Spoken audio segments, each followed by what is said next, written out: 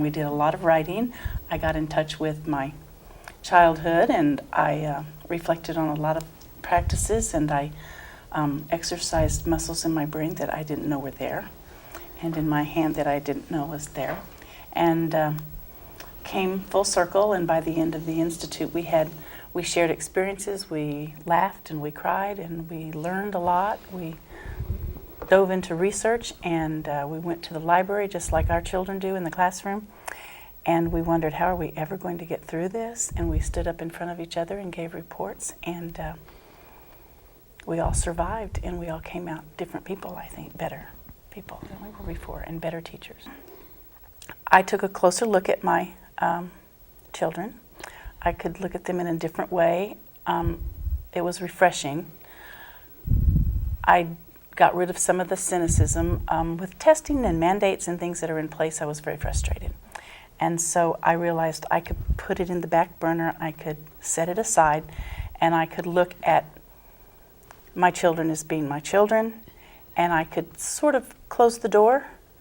And although I had to comply with mandates and I had to comply with testing, I felt like I had a support system behind me that could help me to really enjoy teaching and see that spark in my children and keep it there instead of having to just drill and kill and drill and kill. I've always read books and I've always written, but I think the magic came alive. And the passion was reinstilled for writing and for reading, and my love of books came out in my children and the love of writing.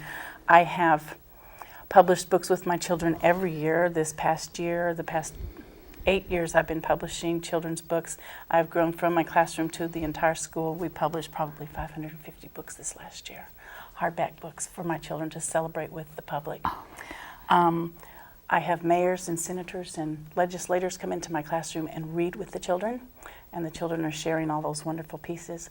Dr. Stevens convinced me to do numerous presentations, and so I have done presentations at different universities, and from East Texas to the border to San Angelo, and she even talked me into going to the Netherlands for an international symposium. How she ever did that, I'll never know, but I did. I went, and it was quite an experience, and I enjoyed it, and I met some fabulous people.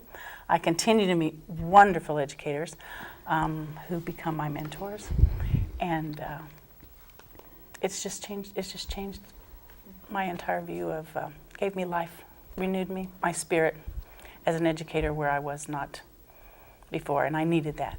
I was becoming stagnant, and so my river began to flow again. Now it's filled with fresh water. Writing has been a way of escaping for me a lot of times. It is a way of expressing myself, and it has been survival too.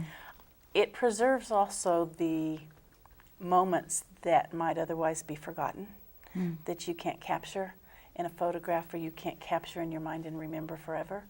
But if you write it down, you capture that. I think on a wider term, writing is important for mankind because it takes all of the passions that we see in humanity and it preserves that passion from generation to generation, so we can see and record not just history, but the humaneness of people, the kind things that are done, the thoughts, good and bad, that we have within our hearts, and the questions and the probings that we ask, and it puts it down in a concrete form to be remembered and to be preserved.